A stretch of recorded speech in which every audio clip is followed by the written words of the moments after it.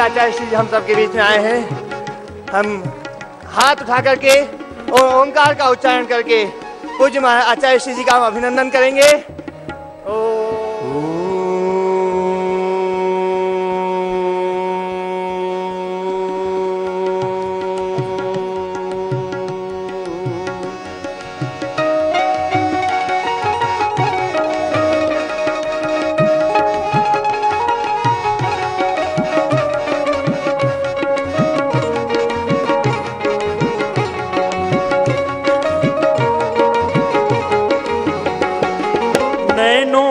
ज्वाला तेरी गति में भूचाल, तेरे सीने में छुपा महाकाल है। तालियों के साथ। नैनों में ज्वाला तेरी गति में भूचाल, तेरे सीने में छुपा महाकाल है। धरती के लाल तेरा हिमगिरी संभाल, तेरे मुट्ठे में तांडव का ताल है रे। खुद को तू जान, खुद को तू जान, जरा शक्ति पहचान। तेरी वाणी में, हो तेरी वाणी में युग का आह्वान है रे। मनुष्य तू बड़ा महान है रे, मनुष्य तू बड़ा महान है।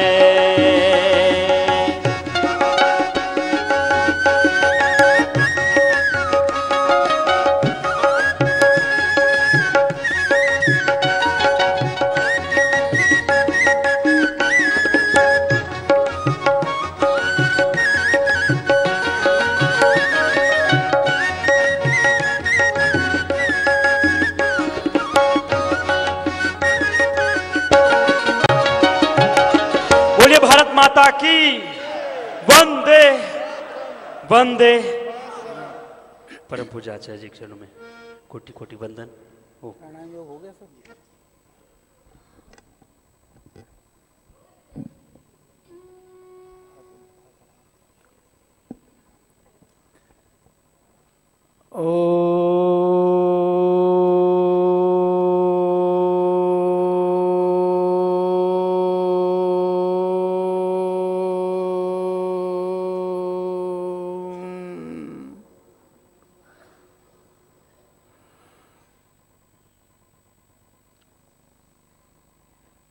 हमें पता चला, आपने बहुत प्रतीक्षा की, क्षमा चाहता हूं। मैं अपने कर्म योग में लगा हुआ था। कल भी आना था। कल मैं सुबह दिल्ली जाकर के शाम को लौट के आया। आपको पता है रास्ते कैसे हैं। आपकी संवेदनाएं हमारी शक्ति है। शास्त्र में लिखा है, योगेन योग संपद्यते। किसी ने कहा कि हमें योगी तो बनना है, तो योगी बनने के लिए जीवन के बहुत सारे दोषों को छोड़ना पड़ता है। उसके लिए महर्षि पतंजलि ने जो अष्टांग योग का विधान किया, यम नियम आसन प्राणायाम प्रत्याहार धारणा ध्यान समाधि। यम के अंतर्गत सत्य अहिंसा अस्त्य ब्रह्मचर्य, नियम के अंतर्गत शौच संतोष तप स्वाध्याय ईश्वर प्रणिधान। उसने कहा ये इसका पालन कैसे होएगा? यदि पालन नहीं होगा तो फिर हम योगी कैसे बनेंगे? योगी बनना है, परंतु ये सब चीज हम एकदम नहीं कर सकते हैं। न धैर्य है, न सत्य है, न तप है, न स्वाध्याय है, तो फिर ये कैसे होगा? तो इसीलिए कहीं ऋषि ने एक जगह लिखा है कि योगेन योग संपद्यते। तुम संकल्पित हो जाओ, योग में चलना है मुझे, योग मार्ग में अनवरत गति करना है, तो बाकी चीजें तो फिर अपने आप ठीक होती जाएंगी। उसके लिए आपको सोचने की जरूरत नहीं है, अपने आप ठीक होने लगती हैं। परंतु वहां पर धैर्य की आवश्यकता तो होगी, थोड़ा पेशेंस तो चाहिए। कहते हैं धैर्य का फल मीठा होता है, पर उस मीठे फल को भी वही पा सकता है जो धैर्य रखता है। इसीलिए महर्षि पतंजलि को स्वयं को कहना पड़ा कि सतु दीर्घ काल नैरंतर्य सत्कार सेवित दृढ़ भूमि, कि तुम चाहते हो पाना मिल जाएगा, परंतु उसको हम पूरी दृढ़ता के साथ, पूरी श्रद्धा के साथ अनवरत हमें इसमें चलना होगा।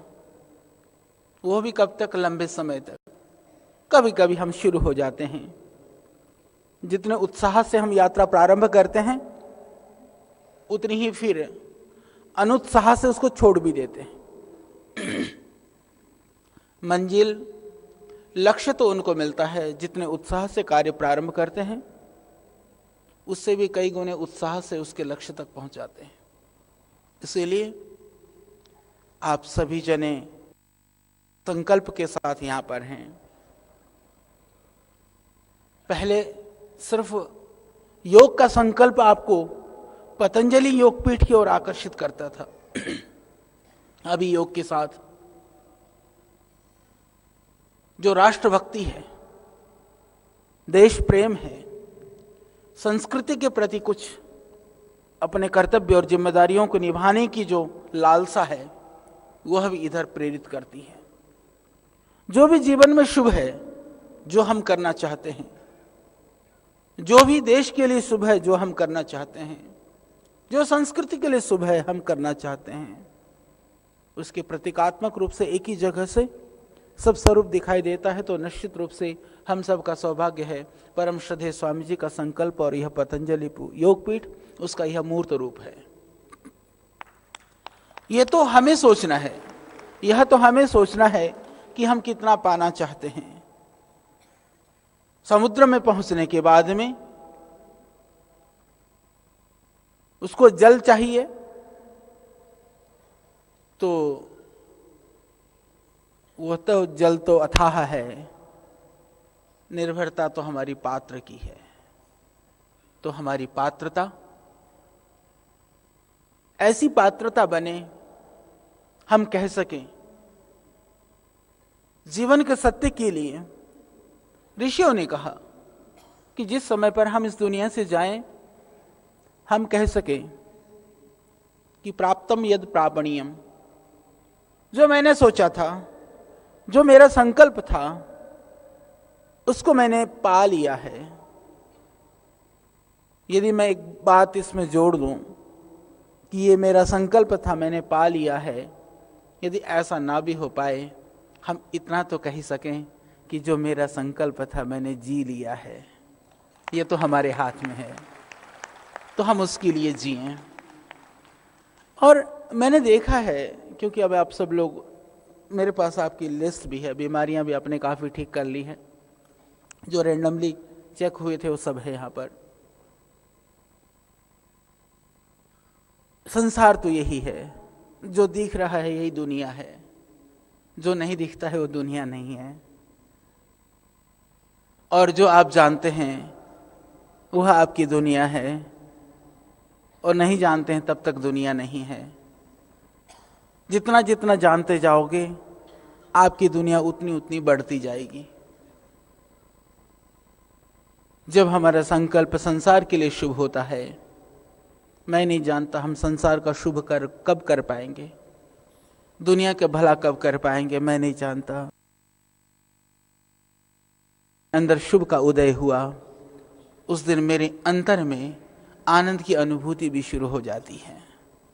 जब मन में भाव हो कि इसके द्वारा मुझे सुख पहुंचाना है, मेरे पास जो संसाधन है वो लोगों के हित के लिए भी मैं लगाऊंगा। आपने तब लगाया नहीं है, आपने सोच लिया। सोचने मात्र से आपको जो सुख की अनुभूति होती है, जो आनंद की अनुभूति होती है, उसको दूसरा महसूस नहीं कर सकता। तो इसीलिए संकल्प में बहुत शक्ति है, संकल्प में बहुत सुख है, संकल्प में बहुत आनंद है। यदि वो संकल्प पूर्ण हो जाए तो आनंद का जो पारावार है, सरोवर है, उसमें हम गोते लगाने लगते हैं। इतना बड़ा अनुष्ठान, इतना बड़ा अभियान चल रहा था। श्रद्धेय स्वामी जी ने देश के लिए मां भारती के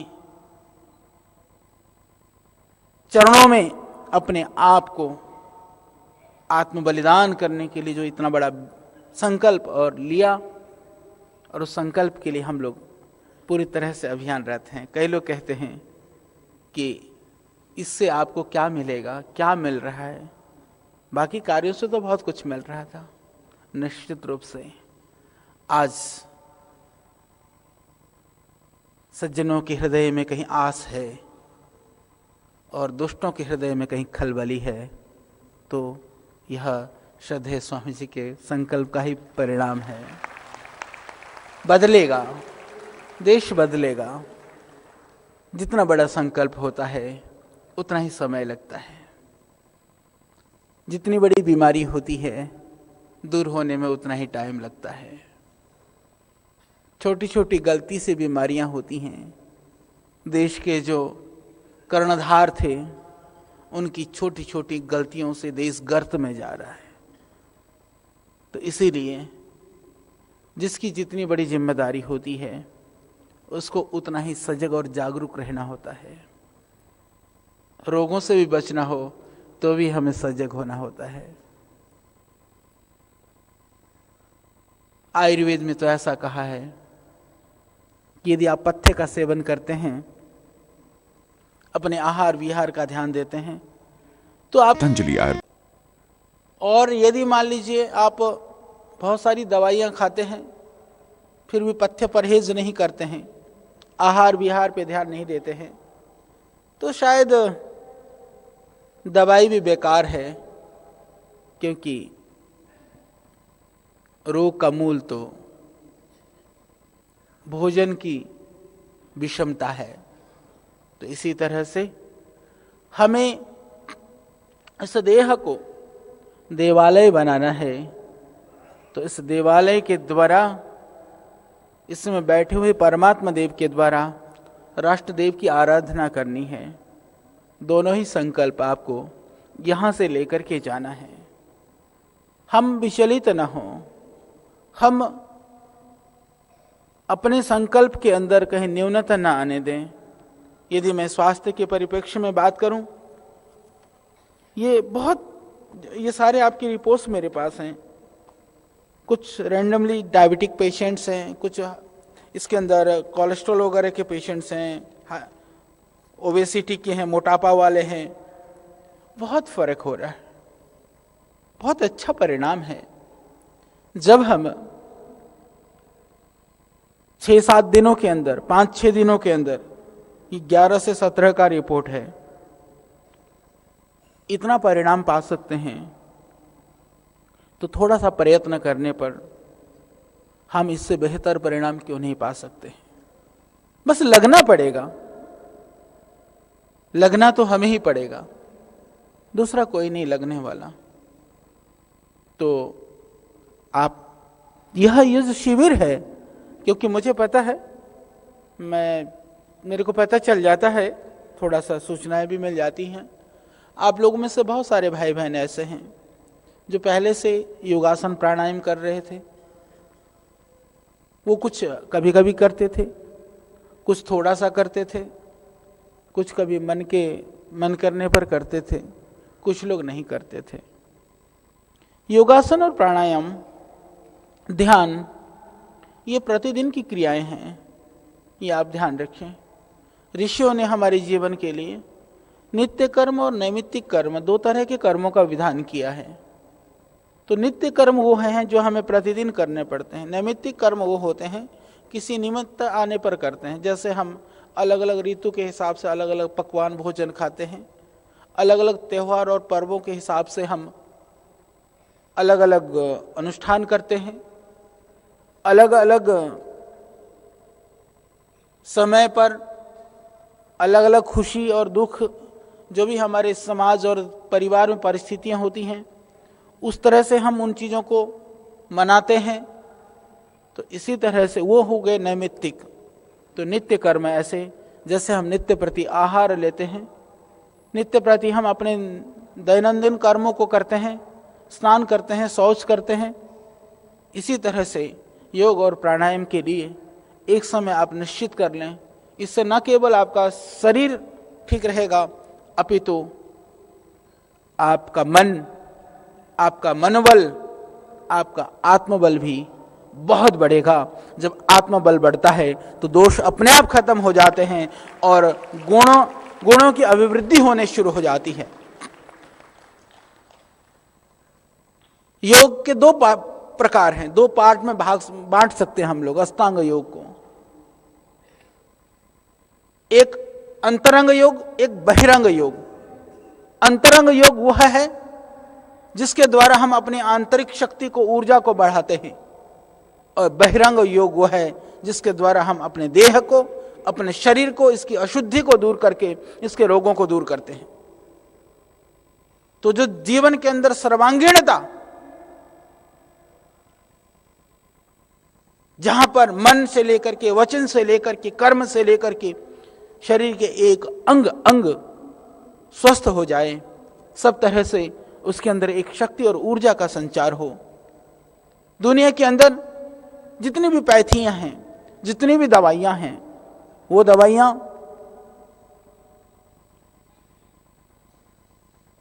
हो सकता है शरीरगत रोगों को लाभ पहुंचाएं, परंतु मनोगत स्थिति को, वैचारिक स्थिति को, वैचारिक कमजोरी को दृढ़ता में परिणत करने का एकमात्र औषध वह तो योग है।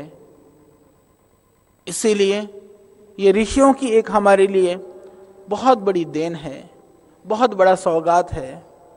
इसको हम समझें और इसको नित्य प्रति आलस्य और प्रमाद छोड़ करके, थोड़े दिन यदि आप आलस्य और प्रमाद छोड़ करके प्रयत्न करें, बाद में मैंने कहा ना, योगेन योग संपद्यते, बाद में आलस्य प्रमाद तो अपने आप ही खत्म हो जाता है।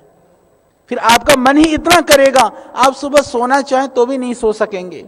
आप कहो कि नहीं आज मेरे को प्राणायाम नहीं करना है, योग नहीं करना है, तो भी आप नहीं रह पाओगे। तो ऐसी लगन अपने आप पैदा होने शुरू हो जाएगी। तो पहले हमें योग की ओर प्रवृत्त होना है, बाद में तो योग आपकी ओर दौड़ेगा। तो इसके लिए हम लोग लगें, और साथ साथ में जिन भी अभियान को, ये जरूरी है जहां भी आप रहते हैं। देखिए, एक डॉक्टर बनने में 6 साल पढ़ाई करनी पड़ती है, उसके बाद में जाकर के बहुत समय लगता है कि वो चाहें कि मुझे लोगों की सेवा करनी है, तो भी बहुत समय लगता है। परंतु आपका सौभाग्य है, मैं इसको सौभाग्य मानता हूं, कि आपके मन के अंदर एक भावना हो कि आप जहां भी रहते हैं, जिस माताएं बहनें हैं, जिस भी घर में हैं, जिस भी परिवार में हैं, जो भी आपका भाइयों में, जहां भी ऑफिस में, कार्य क्षेत्र में, घर में, जहां भी आपके संपर्क में जो भी लोग आते हैं, आप बैठ करके उनको थोड़ी सी चीज बता सकते हैं, सिखा सकते हैं। उससे कोई हानि नहीं है। उससे जब उसको लाभ होगा तो चलते फिरते जहां भी देखेगा, आपको देख करके उसके मन में खुशी होगी। तो योग से प्रेम बढ़ता है। परिवार में भी आज का ऐसा वातावरण, कहाँ वो समय रहा जहाँ दादा दादी, नाना नानियाँ लोरियाँ और कहानियाँ सुनाया करती थी। आज की टीवी कल्चर ने लोगों के दिलों को दूर किया है। समय का इतना अभाव नहीं है जितना समय का अभाव हम दिखाते हैं। प्रतिदिन प्रति व्यक्ति का यदि देखा जाए तो कई घंटा समय टीवी वगैरह में जाता है। उसमें से कुछ सीखने को मिलता है, पर खोने के लिए ज़्यादा रहता है। तो यदि आप आधा घंटा, 1 घंटा योग का समय निश्चित कर लें, सुबह बच्चे वगैरह को स्कूल जाना होता है तो शाम को नियत कर लें, उससे शरीर तो स्वस्थ होगा, मन भी अच्छा होगा, और उससे आपस में बैठने से प्यार और दिलों की जो दूरियां हैं वो भी मिटेंगी। तो योग स्वयं को जोड़ता है आत्मा से, आत्मा को जोड़ता है परमात्मा से, और अपने आप को जोड़ता है परिवार से, अपने आप को जोड़ता है समाज से और देश से। तो इसकी महत्ता को समझें, क्योंकि आदमी सुबह से शाम तक इसलिए परिश्रम करता है कि जब उसको लगता है कि इससे मुझे कुछ मिलेगा। तो जब आपको पता चल जाए कि ये वास्तव में ये अमूल्य खजाना है, तो शायद उसके लिए समय भी निकल आएगा। कई बार लोग कहते हैं समय नहीं है। उस संदर्भ में हम एक बात कहा करते हैं, समय तो उतना ही है, समय तो उतना ही है सबके पास। भगवान ने यदि कोई चीज दुनिया में सबको बराबर दी हुई है तो वह तो समय ही तो है।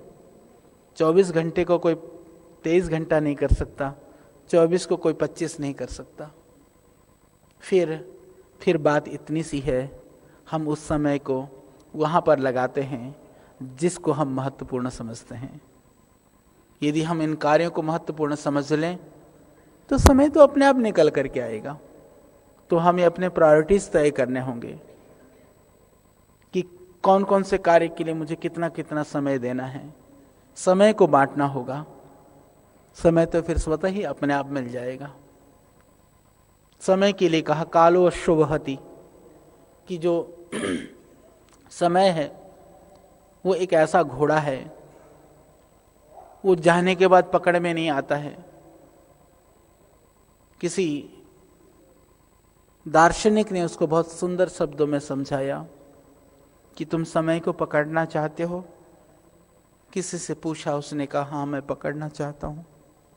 यदि तुम समय को पकड़ना चाहते हो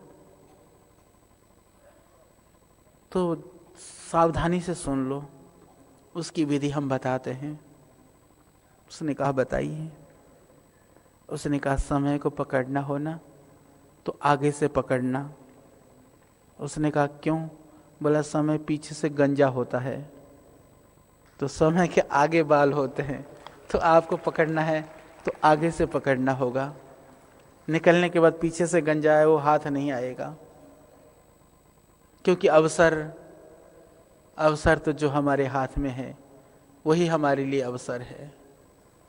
जो मेरे हाथ में है उससे बड़ा, जो मेरा यह क्षण है उससे अमूल्य क्षण कोई नहीं हो सकता। जो मेरे हाथ में है उससे मेरे लिए कोई शुभ अवसर नहीं हो सकता। इस भाव के साथ हम जिएं।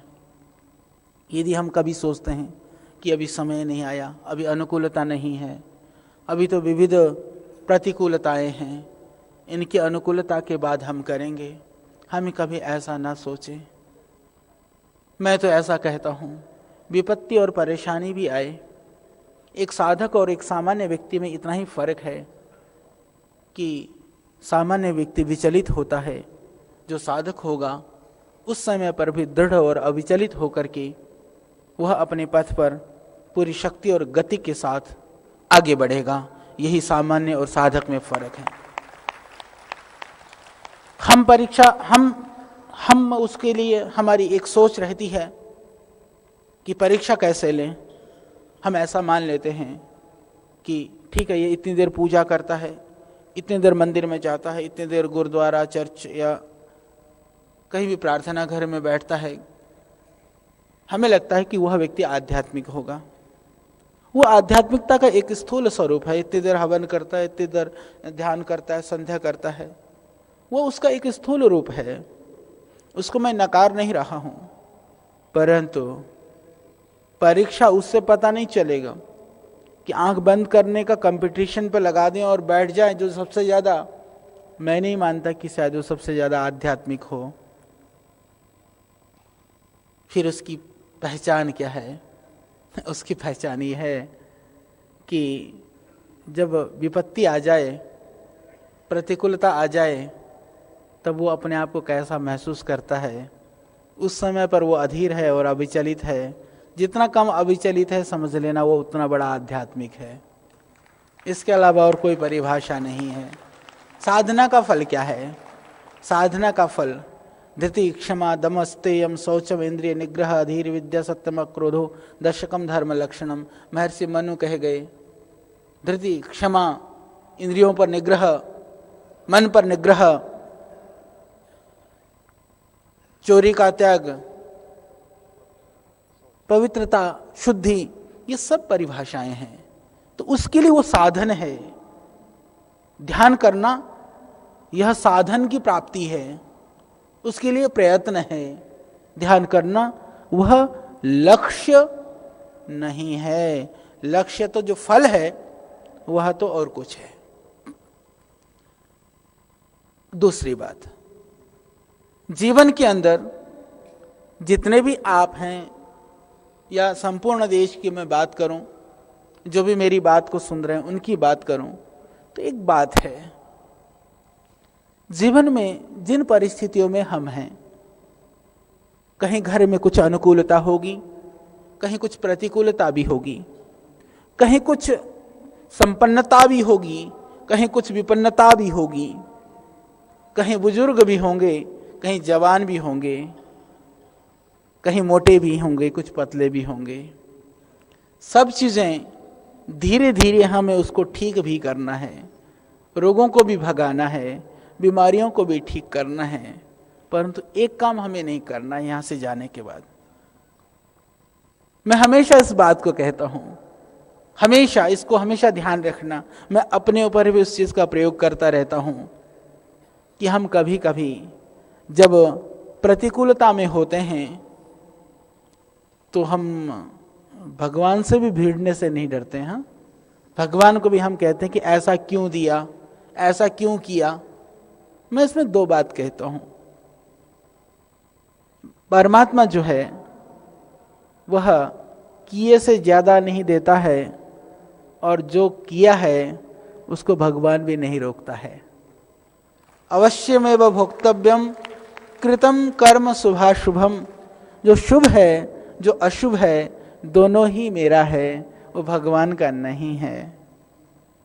जब शुभ आया था हमने कभी मना किया भगवान से? जब खुशियां आई थी, जब बहुत अनुकूलताएं थी, कभी आपने मना किया कि परमात्मा से भगवान बहुत हो गया इसको थोड़ा कम दे दे? कभी मना नहीं किया हमने कहा और है तो और दे दे। और जब और मांगोगे तो जब मीठा मीठा मांगोगे तो थोड़ा थोड़ा कड़वा आएगा, तो फिर आकर भगवान दे दे, ये ले जा, ये मेरा बस का काम नहीं, तो वो भी तो भेज देते फिर उसके घर। भाई वो तो परम स्थिति हो गई, जहां कहते हैं ना कि समत्तम योग उच्चते, भगवान कृष्ण ने कहा कि सुख दुख से परे हो जाओ, वो तो बड़ी उच्च स्थिति है। तो परे होने में तो समय लगेगा, परंतु एक काम हम अभी से कर सकते हैं, वो काम यह है कि भगवान जो कुछ भी देना है ना देते जा, पर साथ में ना एक कृपा कर दियो, छोटी सी कृपा, इतनी शक्ति भी दे दियो कि मैं उसको सहन कर सकूं। आपको पता है अति खुशी से भी हार्ट अटैक होता है। कभी कभी भयानक खुशियां मिल जाए ना आदमी को अनएक्सपेक्टेड, वो सहन नहीं कर सके तो भी हार्ट अटैक हो जाता है, दुख से भी हो जाता है। तो भगवान से दोनों चीज को, और कभी कभी आदमी इठलाना शुरू कर देता है, जब ज्यादा खुशियां मिलती हैं तो आदमी को आदमी नहीं गिनता आदमी।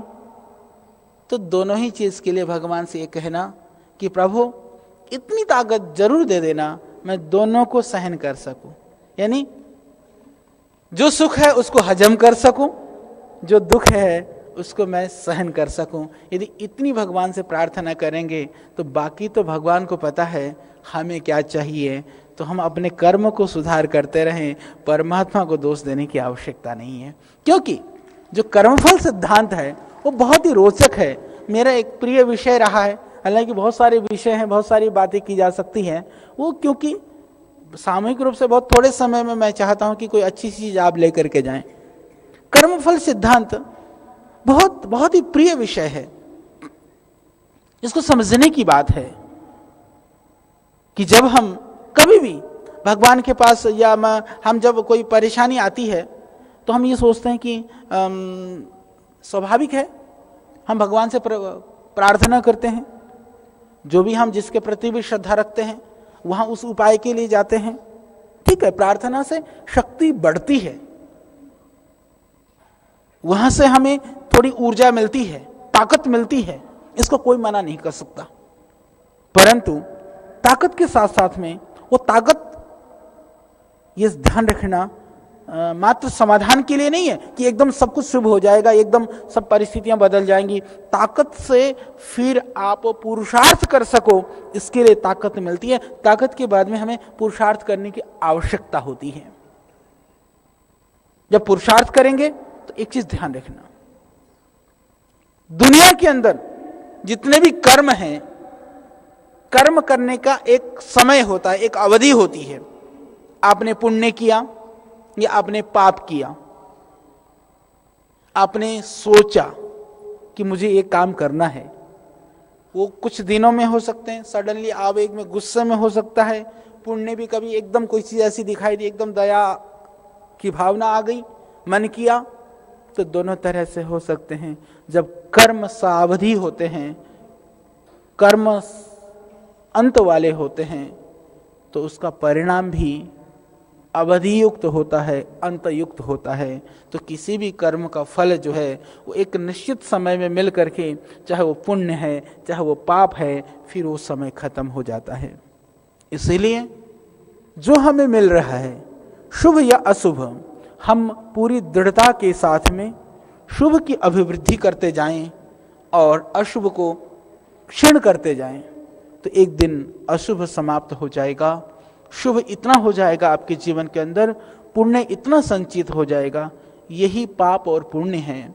जो शुभ है वह पुण्य है, जो अशुभ है वह पाप है। तो जीवन के अंदर हम संकल्पित होकर के यदि अपने जीवन को ठीक चलाते हैं, कई लोगों की ये शिकायत होती है कि वो तो गलत है पर सुखी है, गलत है तो सुखी नहीं है, गलत है पर पहले का संचित खा रहा है, इतना ही फर्क है, इसके अलावा और कुछ नहीं है। इसको आप समझें।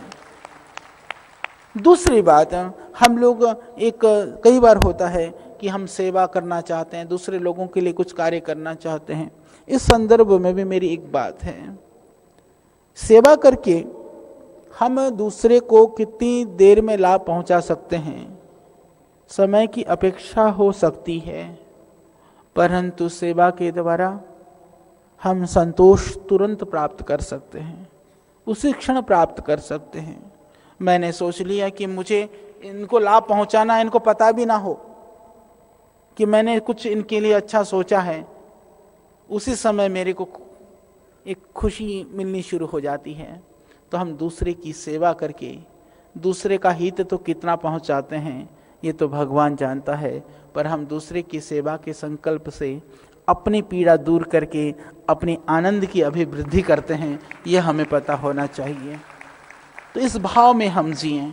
हम संसार का उपकार किसी के ऊपर एहसान करने के लिए नहीं, राष्ट्र की सेवा किसी प्राप्ति की लालसा से नहीं, अपितु अपनी पीड़ा को दूर करने के लिए। श्रद्धेय स्वामी जी ने एक संकल्प लिया। लोगों ने कहा, स्वामी जी आपके पास मान सम्मान प्रतिष्ठा सब कुछ है, उसके बाद में इस तरह की आप चुनौतियों में क्यों घुस रहे हो? स्वामी जी ने कहा, लोग मुझे जानते हैं, मुझे मानते हैं, उस ताकत से मैं राष्ट्र को बदलना चाहता हूं। उसको लोगों ने कहा कि दो चीजें कही। एक लोगों ने कहा कि बाबा राजनीति करना चाहते हैं, दूसरे लोगों ने कहा कि जो लोग आपको मानते थे वे मानना बंद कर देंगे। स्वामी जी ने कहा, मुझे ऐसे चेलों की मुझे आवश्यकता नहीं है। यदि मेरी अभियान की शुद्धता पर जिसको संशय हो उनकी जरूरत नहीं है। तो इस संकल्प के साथ श्रद्धेय स्वामी जी ने इस बीड़ा को उठाया। और जिन्होंने कहा राजनीति की कहानी, उनको भी पता चल गया है, नहीं पता चला, समय आने पर पता चलेगा। तो उन चुनौतियों का सामना, छोटे मन से कभी कोई बड़ा काम नहीं हुआ करता है। वो कितने बड़े संकल्प के साथ, किस सोच के साथ ये अभियान शुरू किया है, सोचने वाला जानता है। बड़ा